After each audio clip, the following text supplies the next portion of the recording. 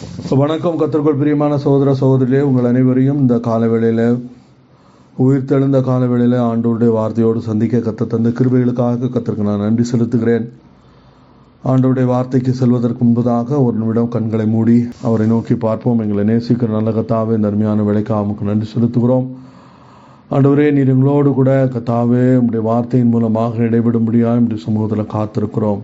கர்த்தாவே, பேசும்படி என் கேட்கிறேன் என்று சொன்ன அந்த குட்டி சாமுவேலை போல எங்களை தாழ்த்தி உடைய சமூகத்தில் வருகிறோம். கர்த்தர் எங்களோடு கூட இடைப்படும், கர்த்தர் எங்களோடு கூட பேசும். அடியேனை முற்றிலுமாய் மறைத்து கொள்ளும், நீர் மாத்திரம் வெளிப்படும். எல்லா துதி கனமையும் நோக்கே செலுத்துகிறோம். இயேசுவின் நாமத்தில் ஜெபங்களும் பிதாவே, ஆமேன். கர்த்தருடைய பரிசுத்த நாமம் மகிமைப்படுவதாக. ஆண்டவருடைய வாழ்க்கையில் நடந்த சம்பவங்களை ஒவ்வொன்றாக தியானித்து கொண்டு வருகிறோம். இதில் மொத்தம் 250 சம்பவங்கள் இருக்கிறது. அதில் இந்த சம்பவத்தை ஒரு சில வேத பண்டிதர்கள் 60வது சம்பவமாக எழுதியிருக்கிறார்கள். சிலர் 1 2 முன்ன பின்ன இருக்குது. ஆனாலும் இது 60வது சம்பவமாக காணப்படுகிறது. கர்த்தருடைய பரிசுத்த நாமம் மகிமைப்படட்டும். 60வது சம்பவம் என்ன அப்படின்னு கேட்டால், மத்தேயு 6வது அதிகாரத்துக்கு திருப்பிக் கொள்வோம். அதில் உள்ள 17வது வசனத்திலிருந்து அதாவது 16வது வசனத்திலிருந்து வாசிப்போம். நீங்கள் உபவாசிக்கும் போது மாயக்காரரை போல முகவாடலாய் இராதேயுங்கள். அவர்கள் உபவாசிக்கிறதை மனுஷர் காணும் பொருட்டாக தங்கள் முகங்களை வாட பண்ணுகிறார்கள். அவர்கள் தங்கள் பலனை அடைந்து தீர்ந்ததென்று மெய்யாகவே உங்களுக்கு சொல்லுகிறேன். நீயோ உபவாசிக்கும் போது அந்த உபவாசம் மனுஷர்களுக்கு காணப்படாமல் அந்தரங்கத்தில் இருக்கிற உன் பிதாவுக்கே காணப்படும்படியாக உன் தலைக்கு எண்ணெய் பூசி உன் முகத்தை கழுவு. அப்பொழுது அந்தரங்கத்தில் பார்க்கிற உன் பிதா உனக்கு வெளியரங்கமாய் பலனளிப்பார் என்று ஆண்டவர் சொல்லியிருக்கிறதை பார்க்கிறோம். இந்த பகுதியில் ஆண்டவர் எப்படி உபவாசிக்க வேண்டும் என்று அவருடைய ஜனங்களுக்கு கற்றுத்தருகிறதை பார்க்கிறோம். கர்த்தருக்கு ஸ்தோத்திரம்.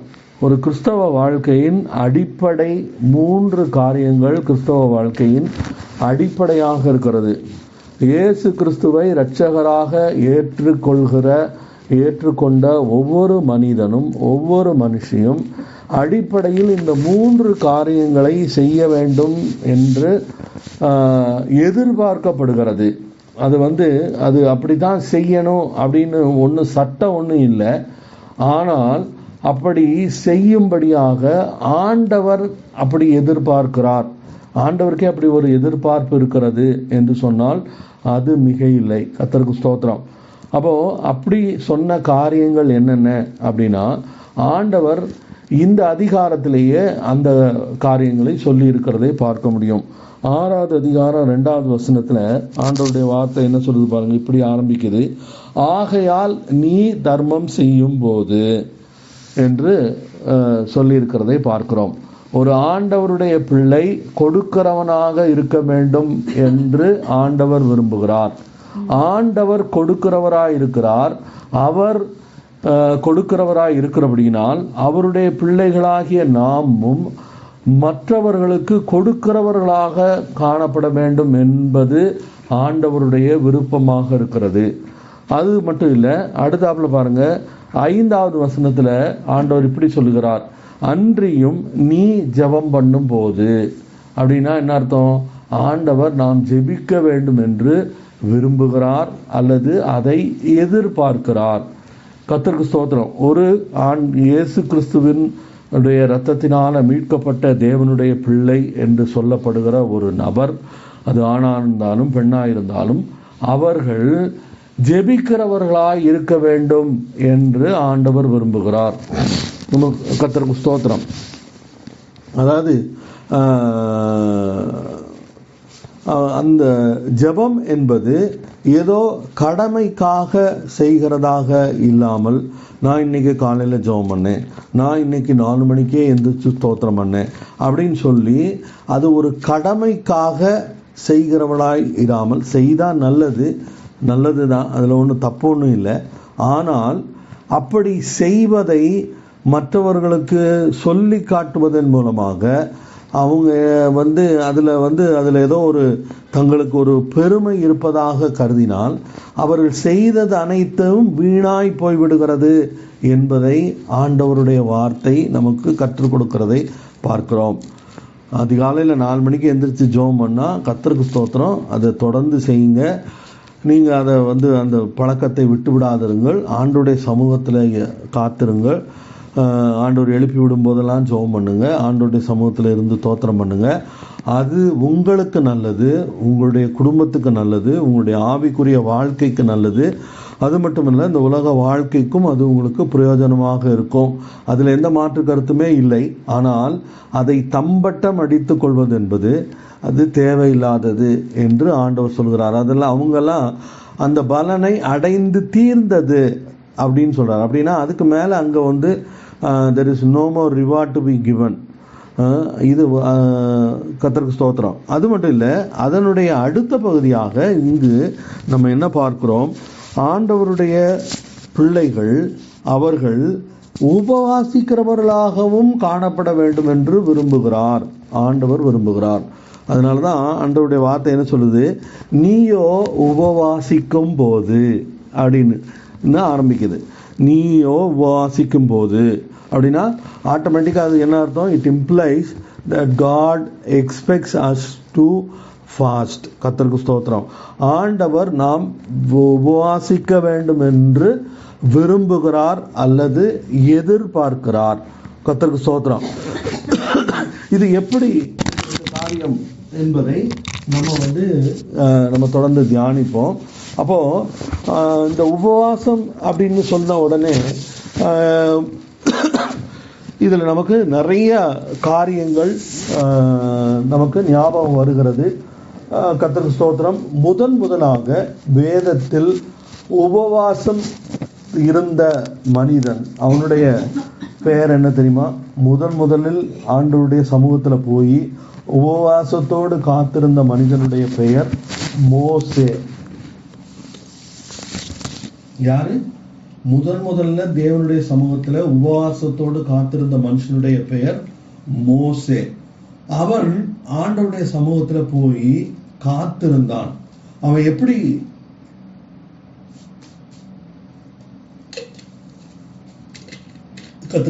அவன் எப்படி காத்திருந்தான்?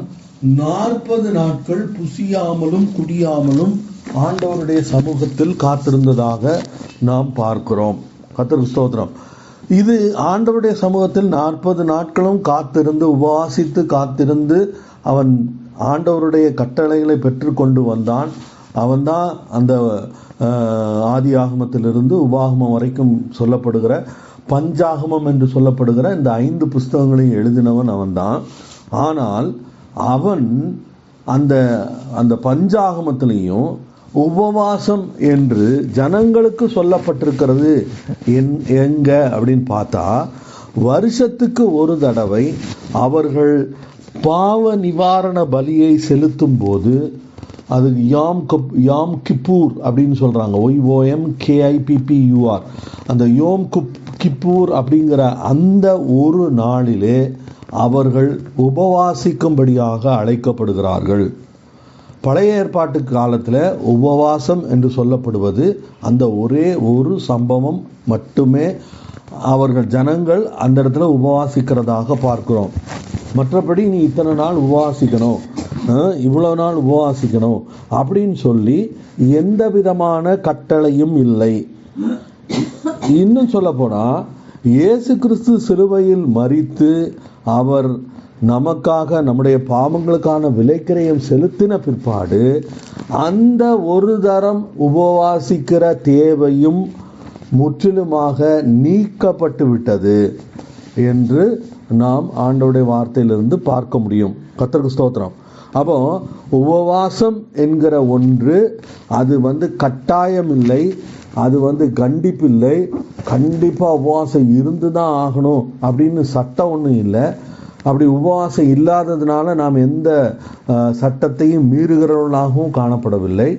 ஆனாலும் ஆண்டவர் என்ன எதிர்பார்க்கிறார்? நீயோ உபவாசிக்கும் போது என்று சொல்லுகிறதை பார்க்கிறோம். நீயோ தர்மம் செய்யும் போது, நீயோ ஜெபம் பண்ணும்போது, நீயோ உபவாசிக்கும் போது அப்படின்னு ஆண்டவர் சொல்றதுனால ஆண்டவர் நாம் கொடுக்கிறவர்களாக இருக்க வேண்டும் என்று விரும்புகிறார், நாம் ஜெபிக்கிறவர்களாக இருக்க வேண்டும் என்று விரும்புகிறார், நாம் உபவாசிக்க வேண்டும் என்றும் ஆண்டவர் விரும்புகிறதை பார்க்கிறோம். கர்த்தருக்கு ஸ்தோத்திரம்.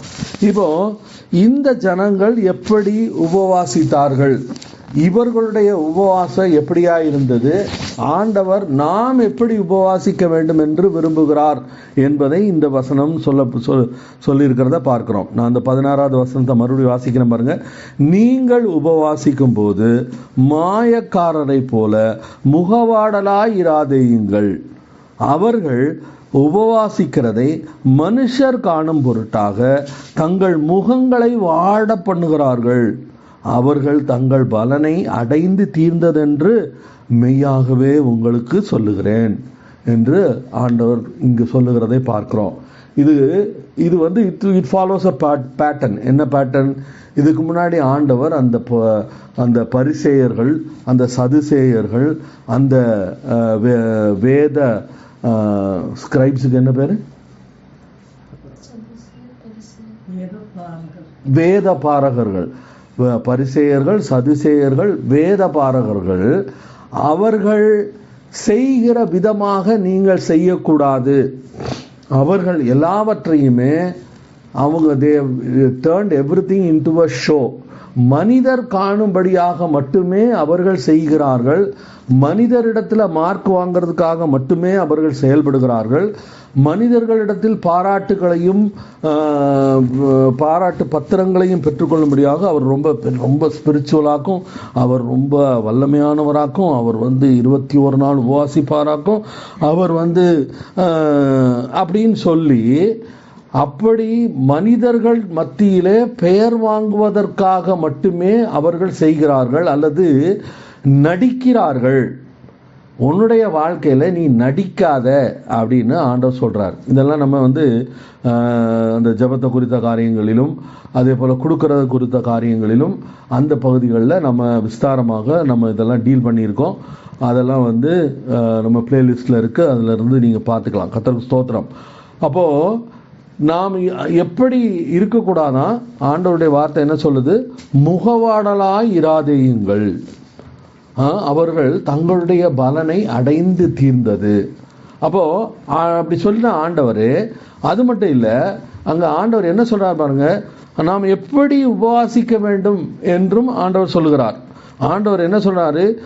உபவாசிக்கும் போது உங்கள் உபவாசம் மனுஷர்களுக்கு காணப்படாமல் அந்தரங்கத்தில் இருக்கிற உன் பிதாவுக்கே காணப்படும்படியாக உன் தலைக்கு எண்ணெய் பூசி உன் முகத்தை கழுவு. அப்படின்னா நார்மலா எல்லா நாளும் இருக்கிறது மாதிரி ஃபாஸ்டிங் அன்னைக்கும் இரு, அன்னைக்கு ஸ்பெஷலா ஷோ போடாத அப்படின்னு ஆண்டவர் சொல்றார். அப்படி டயர்டா அப்படி பாவம் போல அப்படியெல்லாம் பார்த்து, பிரதர் டயர்டாக இருக்கீங்களே அப்படின்னா, ஆமாம் இன்னைக்கு 7வது நாள் உபவாசம் அப்படின்னு இப்படியெல்லாம் படம் காட்டக்கூடாது. இருக்கிற மாதிரியே இருக்கணும். ஆண்டவர் 40 நாள் உபவாசம் இருக்க சொன்னால் இருக்கணும், இருக்க வேண்டாம்லாம் சொல்லலை. அது உங்களுக்கும் ஆண்டவருக்கும் இடையேயான விஷயம். அதில் யாரும் இங்கே தலை போடலை. ஆனால் எப்படி இருக்க வேண்டும்? மற்றவர்கள் அதை அறியாத வண்ணம், அது 3வது நபருக்கும் தெரியாத வண்ணம் நாம் இருக்க வேண்டும் என்று ஆண்டவர் விரும்புகிறார் என்று பார்க்கிறோம். கர்த்தருக்கு ஸ்தோத்திரம். இப்போ இந்த உபவாசம் என்பது ஆண்டவர் முதல்ல நம்ம மோசே தான் உபவாசம் இருந்தான் அப்படின்னு நம்ம பார்த்தோம். அந்த மோசே உபவாசம் இருந்தது மட்டுமல்லாமல் பழைய ஏற்பாட்டு காலத்தில் பார்த்தால் அநேகர் உபவாசித்திருக்கிறதை, ஆண்டவருடைய சமூகத்தில் காத்திருக்கிறதை நாம் பார்க்க முடியும். அப்போ உபவாசம் என்பது கட்டாயம் இல்லைங்கிறது நம்ம ரொம்ப தெளிவாகவே விளக்கிட்டோம். கட்டாயம் இல்லை, ஆனால் நாம் உபவாசிக்க வேண்டும் என்று ஆண்டவர் விரும்புகிறார். அதுவும் ஒரு பக்கம் இருக்கு. இன்னொரு பக்கம் நாம் எப்படி உபவாசிக்க வேண்டும், எந்த சூழ்நிலைகளில் நாம் உபவாசிக்க வேண்டும் அல்லது உபவாசிக்கலாம். உபவாசிக்க வேண்டும் அப்படின்னு சொன்னால் அது என்ன ஆயிரும்? கட்டளை ஆயிரும். அப்படி ஒரு கட்டளையை ஆண்டவரே கொடுக்கல. ஆண்டவரே கொடுக்காத கட்டளையை சபை கொடுத்திருக்கிறது என்றால் அது அதுக்கு ஆண்டவர் பொறுப்பு கிடையாது. கர்த்தருக்கு ஸ்தோத்திரம்.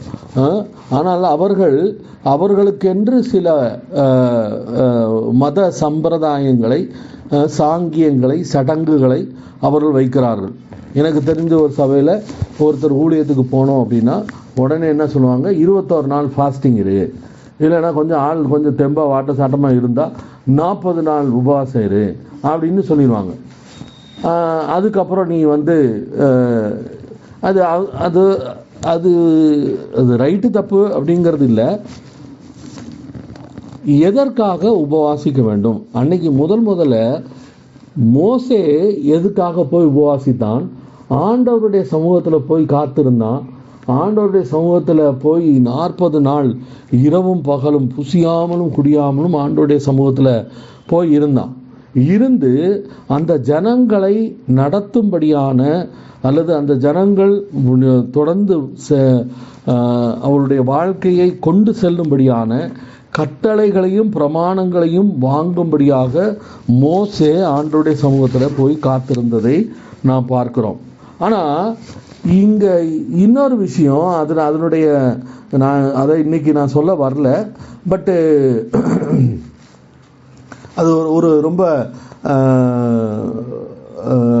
It is something pertinent. அந்த இடத்துல அது ரொம்ப அவசியமான ஒரு விஷயம், அது சொல்லத்தான் செய்யணும். அவன் போய் நியாயப்பிரமாணத்தை வாங்கி கொண்டு வந்தான். ஜனங்கள் மத்தியில் பாவம் வெளிப்பட்டது. 40 நாள் உபவாசம் பண்ணி வாங்கிட்டு வந்த நியாயப்பிரமாணம் அந்த மனிதர்களுக்கு உதவி செய்யவில்லை என்பதை முதலாவது நாளிலேயே அவர்கள் உணரும்படி ஆண்டவர் செய்தார். அந்த நியாயப்பிரமாணம் என்ன பண்ணுது? நியாயப்பிரமாணம் அவர்களிடத்தில் இருக்கக்கூடிய பாவத்தை வெளிக்கொணர்கிறது. கொண்டு வந்து அந்த பாவத்தினுடைய தன்மைகளை என்ன பண்ணுது? அது it puts it on display. கர்த்தருக்கு ஸ்தோத்திரம். இப்பொழுதும் நியாயப்பிரமாணத்தை முக்கியத்துவப்படுத்தி ஆண்டவருடைய கற்பனைகள் பிரமாணங்களை நாம் கை கொள்ள வேண்டும். ஆண்டவருடைய வார்த்தையில் ஆண்டவர் இப்படி சொல்லியிருக்காரு, ஆண்டவர் அப்படி சொல்லியிருக்காரு, நீ இப்படி செய்யணும் அப்படி செய்யணும்னு சொல்லி எந்தெந்த இடங்களிலெல்லாம் நியாயப்பிரமாணம் கற்பிக்கப்படுகிறதோ அந்தந்த இடத்திலெல்லாம் பாவமும் பெருகி கொண்டிருக்கிறதை நாம் பார்க்க முடியும். That is unavoidable. 40 நாள் உபவாசம் இருந்து 40 நாள் தண்ணி கூட குடிக்காம உபவாசம் இருந்து 41வது நாள் பாவத்தின் இதுக்கு போன அப்படிப்பட்ட ஆட்களையும் எனக்கு தெரியும், பர்சனலாக தெரியும். கர்த்தருக்கு ஸ்தோத்திரம். அது அந்த 40 நாள் உபவாசம் என்பது அவர்களுக்கு உதவி செய்யவில்லை என்பதுதான் பரிதாபம். கர்த்தருக்கு ஸ்தோத்திரம். அப்போ அது ஏன் அப்படி ஃபெயிலியர் ஆச்சு அப்படின்னா, அவர்கள் என்ன நோக்கத்தோடு கூட அப்படிப்பட்ட உபவாசங்களை மேற்கொள்ளுகிறார்கள், என்ன காரணத்துக்காக உபவாசிக்கிறார்கள் என்பதை அவர்கள் அந்த நோக்கம் சரியாக இருந்தால் அவர்களுடைய அதனுடைய ரிசல்ட்டும் நல்லா இருந்திருக்கும். ஆனால் அவருடைய நோக்கம் தவறாக இருந்த அதன் நிமித்தம் அது மிகப்பெரிய தோல்வியில் கொண்டு போய் முடிந்ததை நம்ம பார்க்க முடியும். சரி, கர்த்தருக்கு ஸ்தோத்திரம். இது ஒரு பக்கம் இருக்கட்டும். அப்போ மோசே அப்படி உபவாசம் இருந்தாரு. அதுக்கப்புறம் இயேசு, புதிய ஏற்பாட்டில் இயேசு கிறிஸ்து உபவாசித்ததை நாம் பார்க்க முடியும். அவர் தன்னுடைய ஊழியத்தை ஆரம்பிக்கிற சமயத்துல அவர் என்ன பண்றாரு? அவர் ஆண்டவருடைய வார்த்தைக்கு கீழ்ப்படிந்து அவர் யோவான் ஸ்நானகனிடத்துல ஞான ஸ்நானத்தை பெற்றுக்கொள்கிறார். இப்படி தேவ நீதியை நிறைவேற்றுகிறது நமக்கு ஏற்றதா இருக்கிறதுன்னு சொல்லி ஆண்டவருடைய நீதிக்கு தன்னை ஒப்பு கொடுத்து அவர் ஞானஸ்நானம் பெறுகிறார். அப்படி ஞானஸ்நானம் பெறும்போது பெற்றவுடன் என்ன நடக்கிறது? ஆவியானவர் அவரை எங்க கூட்டிட்டு போறாரு? அவர் வனாந்தரத்துக்கு நேராக நடத்தப்படுகிறார். புசியாமலும் குடியாமலும் அவர் 40 நாட்கள் ஆண்டவர் அந்த வனாந்திரத்தில் அவர் இருந்ததை பார்க்கிறோம். அது மட்டும் இல்லை, அந்த 40 நாள் முடியும் போது ஆண்டவர் மிகப்பெரிய ஆண்டவர் பிசாசினால் சோதிக்கப்படுகிறார். அந்த சோதனைகளை ஆண்டவருடைய வார்த்தையை கொண்டு மேற்கொண்டு அதை ஜெயித்து ஆண்டவர் வெளிவருகிறதை நாம் பார்க்க முடியும். கர்த்தருக்கு ஸ்தோத்திரம். இப்போ இயேசு கிறிஸ்து அப்படி உபவாசித்தார் அப்படின்னு நம்ம பார்க்கிறோம். கர்த்தருக்கு ஸ்தோத்திரம். இப்போ அநேக காரணங்களுக்காக நாம் உபவாசிக்க முடியும். என்னென்ன காரணங்களுக்காக நாம் உபவாசிக்கலாம் அப்படின்னா, ஆண்டவரை ஒரு விஷயம் வந்து பார்த்தா, இப்போ பேர் என்ன, தாவீதுனுடைய வாழ்க்கையிலிருந்து பார்ப்போம். தாவீது ஒரு சமயத்தில் உபவாசித்திருந்ததை நாம் பார்க்க முடியும். ஆண்டவருடைய வார்த்தை சொல்லப்பட்டிருக்கிறது. அங்கே என்ன பண்ணுறான், தாவீது உரியாவினிடத்தில் புகுந்து அவனுக்கு அந்த குழந்தை பிறக்கிறது, அது வியாதிப்படுகிறது. அந்த பிள்ளை சுகமாகும்படியாக அவன் ஆண்டவருடைய சமூகத்தில் தன்னை தாழ்த்தி உபவாசித்ததை நாம் பார்க்க முடியும். அப்படி ஆண்டவருடைய சமூகத்தில் அப்படி காத்திருக்கான். அது மட்டும் இல்லை, ஆண்டவருடைய சமூகத்தில் உபவாசத்தோடு காத்திருக்கும் போது ஆண்டவர் நம்மை நடத்துகிறதை பார்க்கிறோம். கர்த்தருக்கு ஸ்தோத்திரம். ஆண்டவர் அவருடைய ஆலோசனைகளை கொடுத்து ஆண்டவர் நடத்துகிறதை பார்க்கிறோம். இது எங்க நடக்குது? இது புதிய ஏற்பாட்டில் பவுலும் பர்னபாவும் ஆண்டவருடைய சமூகத்தில் உபவாசித்து, அந்த சபையார் அனைவரும் உபவாசித்து காத்திருந்த போது அங்கு என்ன நடக்கிறது? மிக திட்டமாக பரிசுத்த ஆவியானவர் திருவுளம் பற்றுகிறார். என்ன திருவுளம் பற்றுகிறார்? பவுலையும் பர்னபாவையும் நான் அழைத்த ஊழியத்துக்கென்று பிரித்து விடுங்கள் என்று மிக தெளிவாக ஆவியானவர் செயல்படுகிறதை பார்க்கிறோம். கர்த்தருக்கு ஸ்தோத்திரம். அப்போ நம்முடைய பாவத்திலிருந்து நமக்கு ஒரு விடுதலை கிடைக்கும்படியாக நம்மை தாழ்த்தி ஆண்டவருடைய சமூகத்தில் நம்மை அப்படி உபவாசிக்கலாம். அல்லது ஒரு காரியம் நமக்கு செய்ய வேண்டும், நமக்கு ஒரு நடக்கணும், நமக்கு ஒரு காரியத்தில் தெளிவான கைடன்ஸ் வேணும். ஆண்டவரே, நான் இப்போ என்ன செய்யணும், எப்படி செய்யணும் அப்படின்னு ஒரு தெளிவு வேண்டும் என்றால், சரியான ஆவியானவருடைய நடத்துதல் வேண்டும் என்றால் என்ன செய்யலாம்? நாம் நம்மை தாழ்த்தி உபவாசிக்கலாம். கர்த்தருக்கு ஸ்தோத்திரம். அது மட்டும் இல்லை, இன்னும் பார்த்தா இன்னும் உபவாசிக்கிறதுனுடைய இன்னொரு மிக முக்கியமான ஒரு நோக்கம் என்னவென்றால், அது ஆவியானவர், அதாவது ஜெப வாழ்க்கையில் இன்னும் அதிக ஆழங்களுக்குள்ளாக செல்லும்படியாக, அல்லது ஆண்டவரோடு இருக்கிற உறவில் இன்னும் ஆழங்களை கண்டடைவதற்காக நாம்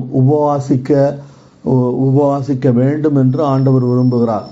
அப்படி ஆண்டவருடைய சமூகத்தில் காத்திருக்கும் போது ஆண்டவர் என்ன பண்றாரு? ஆண்டவர் மிக தெளிவாக ஆண்டவர் நடத்துகிறதை பார்க்கிறோம். பேர் என்ன, பவுல் அப்போஸ்தலனுடைய வாழ்க்கையில் நடந்தது என்ன?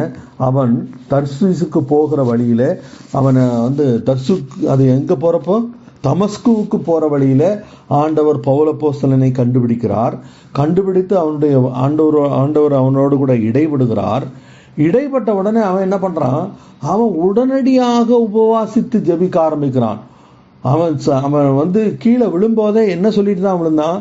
ஆண்டவரே, நான் என்ன செய்ய சித்தமாயிருக்கிறீர் அப்படின்னு சொல்லி அவன் கேட்டான். அப்படி கேட்டவனுக்கு ஆண்டவர் என்ன சொன்னாரு? நீ போய் இரு, உனக்கு சொல்லப்படும்னு சொன்னாரு. சொல்லப்படும்னு தானா சொல்லுவாருன்னு சொல்லிட்டு அவன் அமைதியா இருக்கல. அவன் என்ன பண்ணான்? ஆண்டவருடைய சமூகத்திலே தன்னை தாழ்த்தி அவன் காத்து கொண்டிருந்தான். அந்த சமயத்தில் ஆண்டவர் என்ன பண்றாரு? அங்கு இருக்கக்கூடிய அனனியா என்கிறதான ஒரு சீஷனை கொண்டு அவனுக்கு ஊழியம் செய்யும்படியாக அனுப்பி அவனுடைய வாழ்க்கையில் ஆண்டவருடைய நோக்கங்களையும் திட்டங்களையும் வெளிப்படுத்தி இவன் என்னுடைய நாமத்துக்காக பலவிதமான பாடுகளை அனுபவிக்கக்கூடிய ஒரு கிருபா பாத்திரமாய் இருக்கிறான் என்று ஆவியானவர் அவனை குறித்து திருவுளம் பற்றி நடத்தினதை நாம் பார்க்கிறோம். கர்த்தருக்கு ஸ்தோத்திரம். அப்போ வெறுமனே இது உபவாசம் என்பது அது ஒரு ஒரு ஒரு விளையாட்டுத்தனமான அல்லது ஒரு ஸ்கோர் பண்ணுறதுக்கான ஒரு விஷயம் அல்ல. அதில் மிக பெரிய ஆழங்கள் இருக்கிறதை ஆண்டவருடைய வார்த்தையிலிருந்து கற்றுக்கொள்கிறோம். அது மட்டும் இல்லை, ஆண்டவர் என்ன பண்ணுறாரு, அப்படி நாம் உபவாசிக்கும் போது when we fast in secret he replies or he rewards us openly. கர்த்தருக்கு ஸ்தோத்திரம். நாம் ஆண்டவருடைய சமூகத்தில் மூன்றாவது நபருக்கு தெரியாத விதமாக நாம் ஆண்டவருடைய சமூகத்தில் காத்திருக்கும் போது, உபவாசித்து காத்திருக்கும் போது, ஆண்டவர் நமக்காக வெளியரங்கமாய் கிரியை செய்கிறதை நம்மால் பார்க்க முடியும். கர்த்தருக்கு ஸ்தோத்திரம். வெளியரங்கமாய் ஆண்டவர் கிரியை செய்ய வேண்டுமானால் நாம் we have to do few things in secret. கர்த்தருக்கு ஸ்தோத்திரம். அதுலையும் அங்கே எந்த இடத்துலையும் அதில் சட்டம் இல்லை. அது என்னது?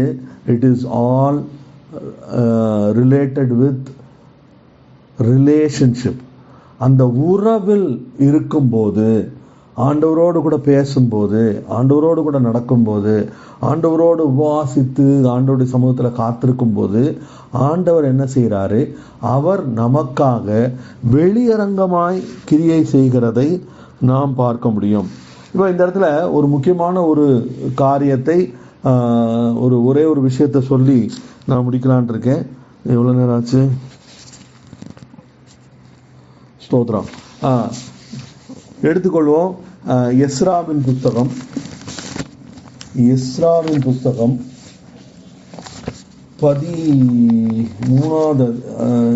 8வது அதிகாரமா?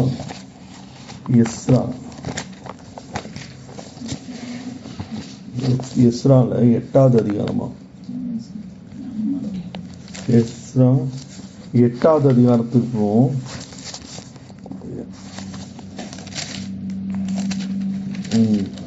8வது அதிகாரத்தில்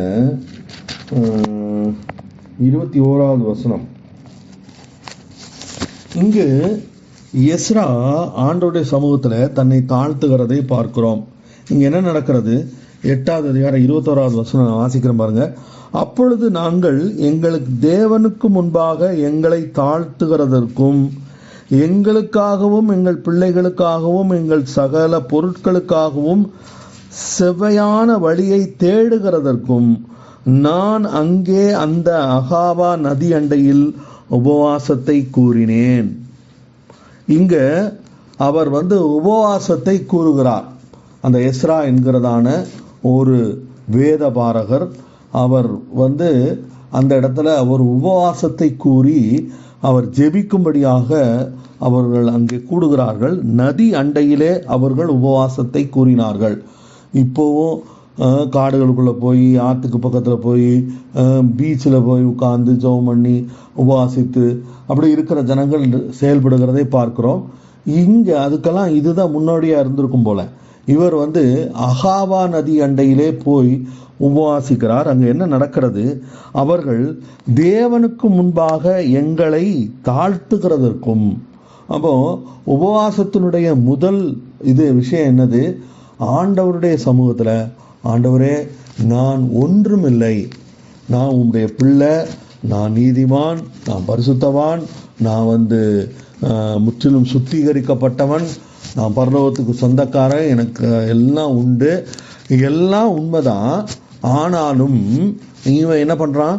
தன்னை தாழ்த்துகிறான். நாம் ஆண்டவருடைய சமூகத்தில் நம்ம என்னதான் இதெல்லாம் உண்மையா இருந்தா கூட we still have to remember that we are dust. நாம் புழுதியிலிருந்து உண்டானவர்கள். அதை நம்ம ஒரு நாள் மறக்க கூடாது. அதுக்காக நம்ம அந்த புழுதி மனப்பான்மையோடு இருக்க வேண்டும் என்று நான் சொல்லலை. நாம் எந்த இடத்திலிருந்து வந்திருக்கிறோம் என்பதை குறித்த அந்த அறிவும் உணர்வும் நமக்கு எப்போதும் இருக்க வேண்டும் என்று ஆண்டவர் விரும்புகிறார். கர்த்தருக்கு ஸ்தோத்திரம். ஆகவே முதலாவது இவர்கள் என்ன செய்கிறார்கள்? தங்களை தாழ்த்துகிறார்கள்.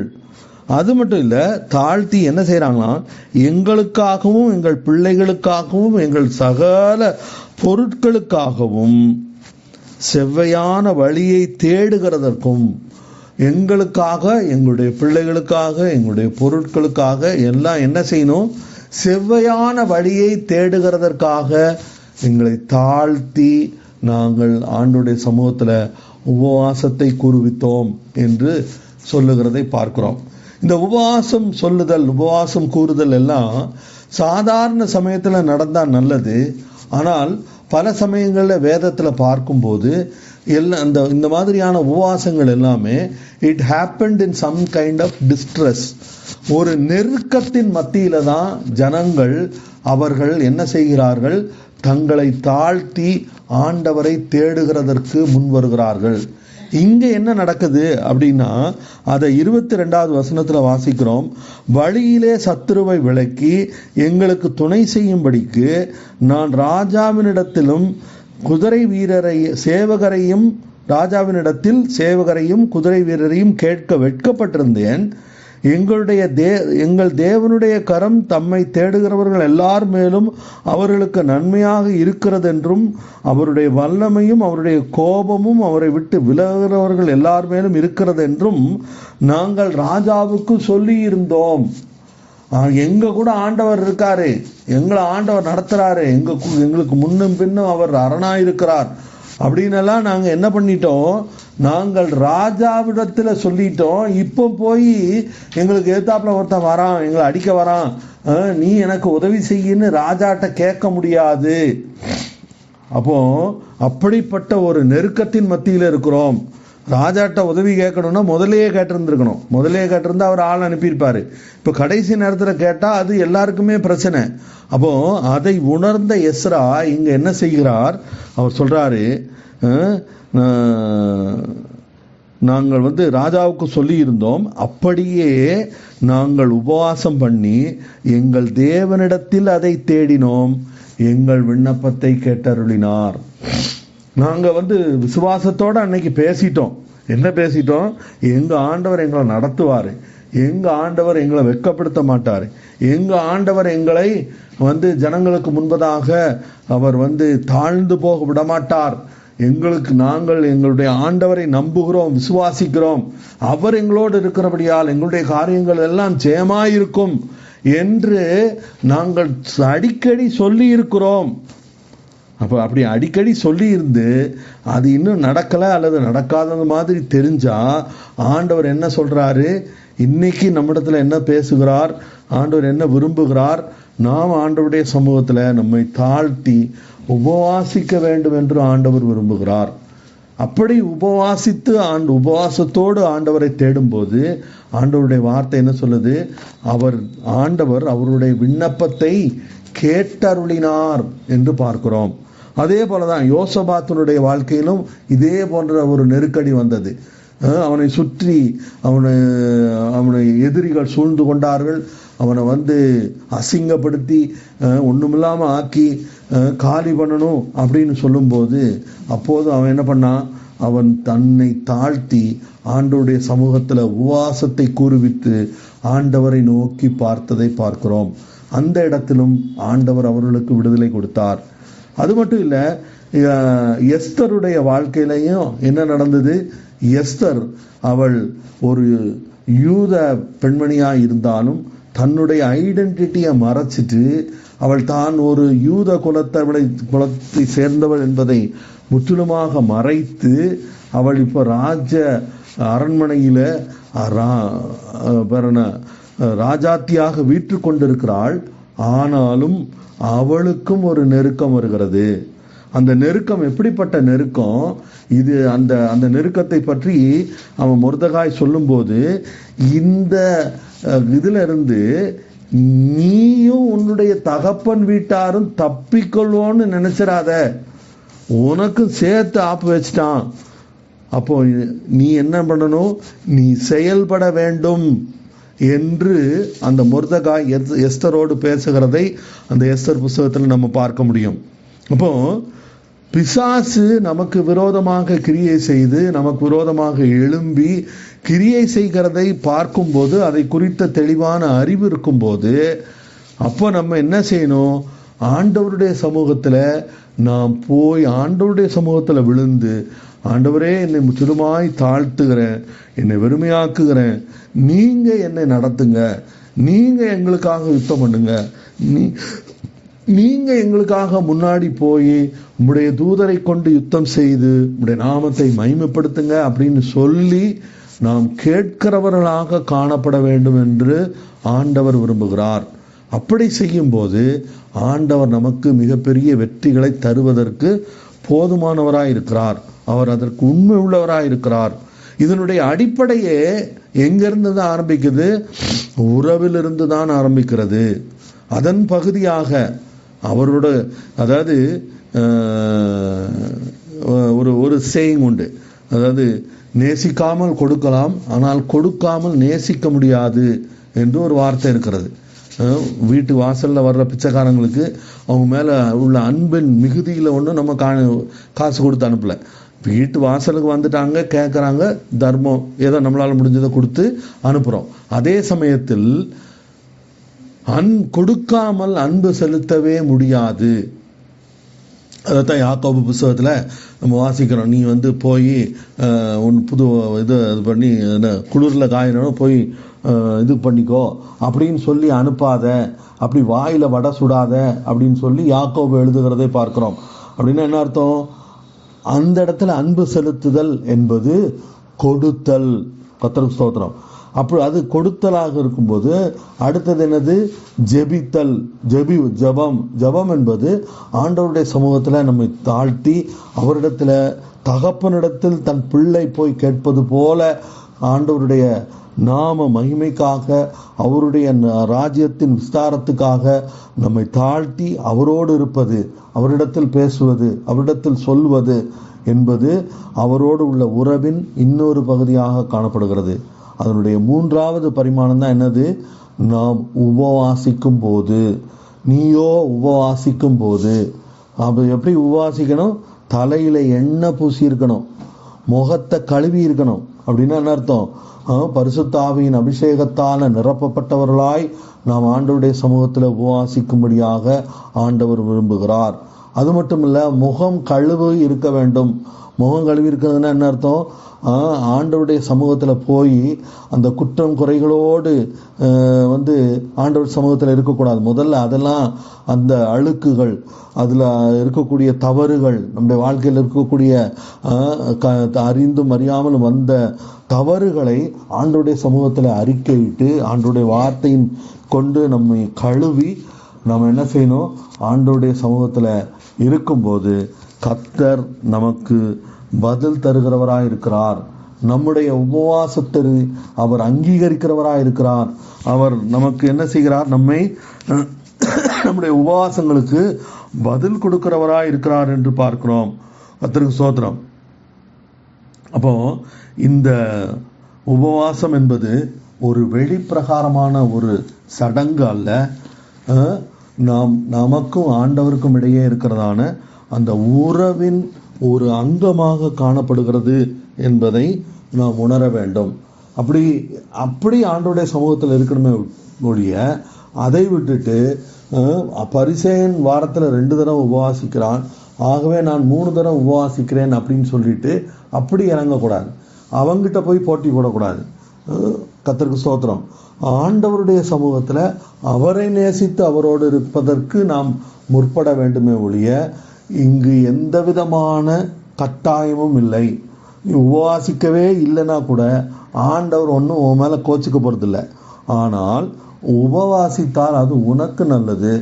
சில சமயம் ரெஸ்ட் கொடுத்தா உன் உடம்புக்கு நல்லது, உன் வயிற்றுக்கு நல்லது. ஆகவே அதுக்காகவாவது நம்ம என்ன செய்யலாம்? வாரத்தில் 1 தடவையோ 2 தடவையோ உபவாசிக்கலாம். இன்னும் பல விதங்களில் உபவாசத்தின் பல பகுதிகள் இருக்கிறது. இப்போ ஆஃப் லேட்டு இப்போ என்ன ஃபேஷனாக இருக்குது? ஸ்மார்ட் ஃபோன் ஃபாஸ்டிங் இருக்குது, ஃபேஸ்புக் ஃபாஸ்டிங் இருக்குது, வாட்ஸ்அப் ஃபாஸ்டிங் இருக்குது, இமெயில் ஃபாஸ்டிங் இருக்குது. அப்படின்னா என்ன அர்த்தம்? இமெயில் திறப்பதில்லை அல்லது வாட்ஸ்அப் திறப்பதில்லை, அல்லது ஃபேஸ்புக் ஓப்பன் பண்ணுவதில்லை. நான் என்ன செய்ய மாட்டேன், அது அதில் நேரத்தை செலவழிக்க மாட்டேன். ஆண்டவருடைய வார்த்தையோடு நேரம் செலவழிப்பேன், ஆண்டவருடைய சமூகத்தில் நேரம் செலவழிப்பேன், ஃபோன் எடுக்க மாட்டேன்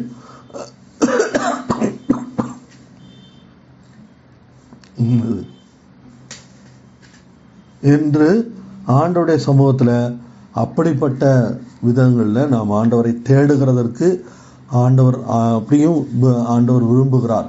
அதை ஆண்டவர் அங்கீகரிக்கிறார், அதை மதிக்கிறார். ஏன்னா அவன் பாருன தானியேல், அவன் என்ன செய்தான், நான் ராஜாவினுடைய போஜனத்தை நான் உண்ண மாட்டேன் அப்படின்னு சொல்லி அவன் உபவாசித்தான். அப்படிப்பட்ட அந்த ஃபாஸ்டிங்கை ஆண்டவர் என்ன பண்ணாரு, கனம் பண்ணி அவனுக்கும் மற்றவர்களுக்கும் வித்தியாசத்தை உண்டு பண்ணினதை பார்க்கிறோம். கர்த்தருக்கு ஸ்தோத்திரம். நம்மை தாழ்த்துவோம், ஆண்டவருடைய கருத்தை ஒப்பு கொடுப்போம். ஆண்டவருடைய சமூகத்தில் ஆவிக்குரிய வாழ்க்கையின் வளர்ச்சியின் பகுதியாக அந்த உபவாசம் காணப்படுகிறது. அதை நம்முடைய வாழ்க்கையில் ஒரு பங்காக்கி கொள்ள, அதை நம்முடைய வாழ்க்கையின் ஒரு பகுதியாக்கி கொள்ள நம்மை ஆண்டவருடைய கருத்தில் ஒப்பு கொடுப்போம். ஆண்டவர் நமக்கு உதவி செய்கிறபடி, ஆண்டவர் கொடுக்கிற கிருபையின்படி அவருடைய சமூகத்தில் மற்றவர்களுக்கு தெரியாமல் முகவாடலாய் இராமல் நாம் உபவாசிக்க கர்த்தர் நம் அனைவருக்கும் உதவி செய்வாராக. ஒரு நிமிடம் கண்களை மூடி நாம் ஜெபம் பண்ணுவோம். எங்களை நேசிக்கிற நல்ல கர்த்தாவே, தர்மையான வேலைக்காக நமக்கு நன்றி செலுத்துகிறோம். ஆண்டவரே, நம்முடைய சமூகத்தில் கூட்டி சேர்த்த தயவுக்காக ஸ்தோத்திரம். நம்முடைய வசனத்தை வாசிக்க தியானிக்க ஆண்டவரே எங்களுக்கு தந்த கிருபைகளுக்காக ஸ்தோத்திரம். ஆண்டவரே, எப்படி உபவாசிக்க வேண்டும் என்பதை குறித்து கர்த்தர் எங்களோடு கூட இடைப்பட்டபடியினால ஸ்தோத்திரம். ஏன் உபவாசிக்க வேண்டும் என்று எங்களோடு கூட இடைப்பட்டபடியினால ஸ்தோத்திரம். அப்படி உபவாசிக்கும் போது ஆண்டவர் எப்படிப்பட்ட கிரியைகளை செய்திருக்கிறீர் என்பதை குறித்தும் அப்படி வேதத்திலிருந்து கற்றுக்கொள்ள உதவி செய்தபடினால் உமக்கு ஸ்தோத்திரம். எங்களை தாழ்த்துகிறோம். தொடர்ந்து வழி நடத்தும், இந்த வாரமெல்லாம் நடத்தும், கண்ணின் மணி போல பாதுகாத்துக் கொள்ளும். இயேசுவின் நாமத்தில் ஜெபங்களும் பிதாவே, ஆமென். என் ஆத்மாவே கர்த்தரை ஸ்தோத்திரி, என் முழுவதுமே பரிசுத்த நாமத்தை ஸ்தோத்திரி.